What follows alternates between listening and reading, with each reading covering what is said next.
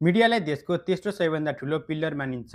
तर नेपालको प्रायजसो ठूला मिडियाहरू रियलिटी एक्सपोज गर्नुभन्दा पनि रियलिटी लुकाउन र मेनिपुलेट गर्न माहिर देखिन्छन्। र यो कुरा मेरो पर्सनल ओपिनियन होइन, यो केही वर्ष अघिदेखि नै नेपालमा हुँदै आइरहेको छ, जसमा उनीहरू ठूला नेतादेखि आफन्तहरूलाई ढाकछेप गर्ने र अरूको सानो दोषलाई बढाइचढाइ गरेर नेसनल इस्यु बनाउँछन्। तर रिसेन्ट जेनजी आन्दोलनपछि नेपालको सबैभन्दा ठूलो मिडिया कम्पनी कान्तिपुर बदलिने संकेत देखाएको छ। तपाईले अहिले उनीहरूको न्युज पढ्नुभयो भने उनीहरूले पहिलाको सरकारलाई पनि क्रिटिसाइज गरेको देख्नुहुन्छ। तर किन? के साँच्चै उनीहरू सुध्रिसकेका छन् त? यसको पछाडि मेनली दुईवटा पोइन्टहरू छन्। पहिलो, फ्युचर ग्रोथ। अहिले टिकटक, इन्स्टाग्राम, फेसबुकमा सर्ट टाइपको कन्टेन्टहरू चल्छन्, त्यही भएर उनीहरूको त्यही पुरानो र नातावाद कन्टेन्ट नेपाली अडियन्सले हेर्नै छोडिसके।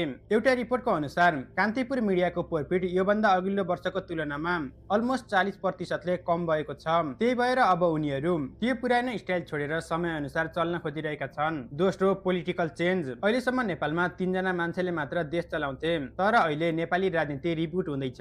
यदि उनीहरू समयमै आफू सचिएनन् भने उनीहरूको कम्पनीले ठूलो लस बिहोर्नुपर्छ। त्यसैले उनीहरू ब्रान्ड इमेज सफा गर्न थुप्रै कामहरू गरिरहेका छन्। के लाग्छ तपाईलाई? के कान्तिपुर साँच्चै सुध्रिएको हो त, वा यो एउटा देखावटी मात्रै हो?